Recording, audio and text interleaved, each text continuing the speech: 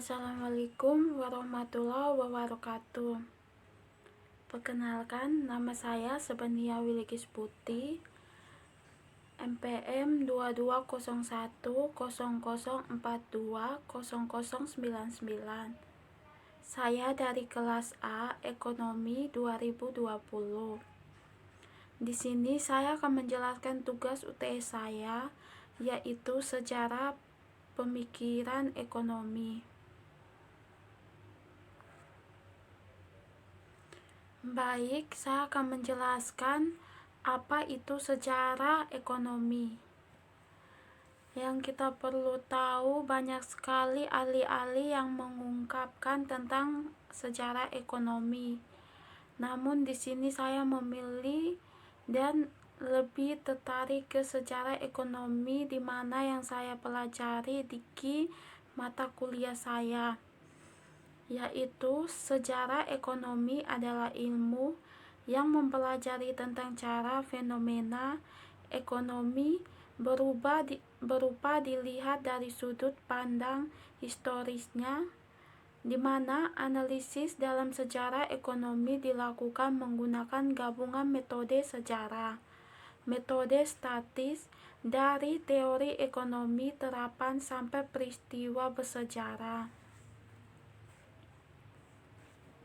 Next, golongan masyarakat ekonomi klasik Adam Smith. Ada 3 golongan. Yang pertama, golongan kapitan. Golongan kapitan itu sendiri biasa disebut kepada orang yang memiliki modal besar di bidang ekonomi, dan contohnya pemimpin suatu usaha terbesar kawasan. Orang yang golongan kapital itu lebih banyak merebut suatu keuntungan besar dalam kawasan ekonomi. Yang kedua, golongan buruh, di mana orang yang golongan buruh itu sendiri adalah seseorang yang bekerja dengan syarat akan mendapatkan upah atau biaya. Yang ketiga, golongan tuan tanah. Golongan tuan tanah itu sendiri golongan atau pemilik hak-hak tanah yang dimiliki dalam bidang usaha atau ekonomi.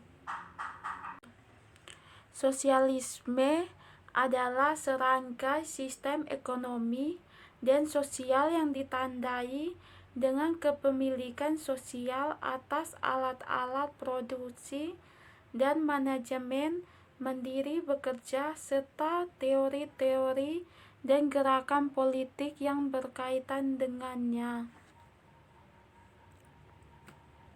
Selanjutnya, ekonomi neoklasik, peranan ilmu-ilmu ekonomi atau sosial. Dampak ajaran Keynesian ini sangat terlihat dari keterlibatan pemerintah yang semakin besar dalam hal perekonomian. Bahkan sejak tahun 1960-an hingga saat ini, pemerintah di seluruh dunia banyak yang terlibat aktif dalam merancang kebijakan-kebijakannya.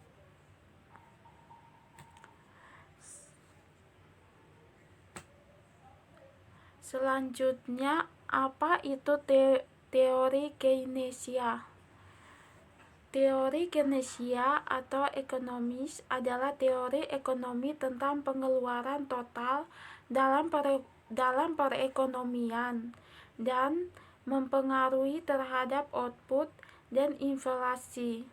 Teori ini dikembangkan oleh ekonomi Inggris John Maynard Keynes di tahun 1930-an dalam upaya untuk memahami depresi besar. Sekian dari saya, terima kasih.